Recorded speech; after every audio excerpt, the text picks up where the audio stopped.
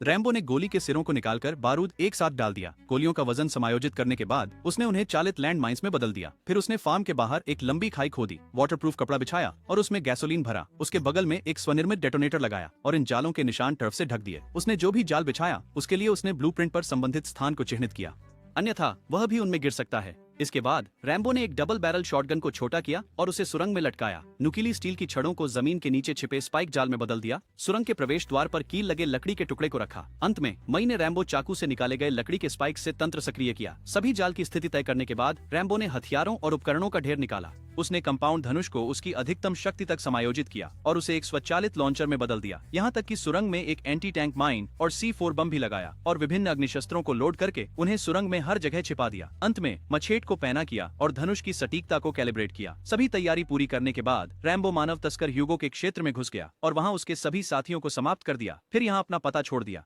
ह्यूगो गुस्से में अंधा होकर अपने सभी आदमियों को रैम्बो के फार्म पर बदला लेने के लिए इकट्ठा किया।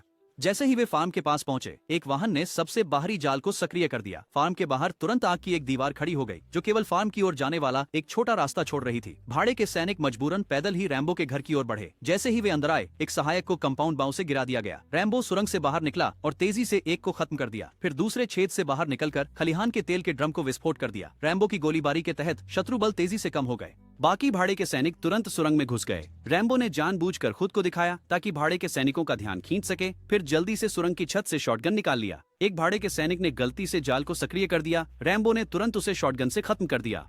इसके बाद उसने सुरंग की अपनी जानकारी का उपयोग करके विभाजित खोजी भाड़े के सैनिकों को लगातार बाहर निकाला। फिर सुरंग में दुश्मनों की श्रवण क्षमता को बाधित करने के लिए एक म्यूजिक प्लेयर चालू किया। जैसे ही अंतिम जाल गिरा, शिकार के लिए आए दर्जनों भाड़े के सैनिकों में से केवल ह्यूगो अकेला रह गया था। रैम्बो ने उसे अंतिम युद्ध क्षेत्र की ओर लुभाया। अंतिम मृत्यु अल्टीमेटम जारी करने के बाद रैम्बो ने सुरंग में लगाए गए सभी बमों को विस्फोटित कर दिया।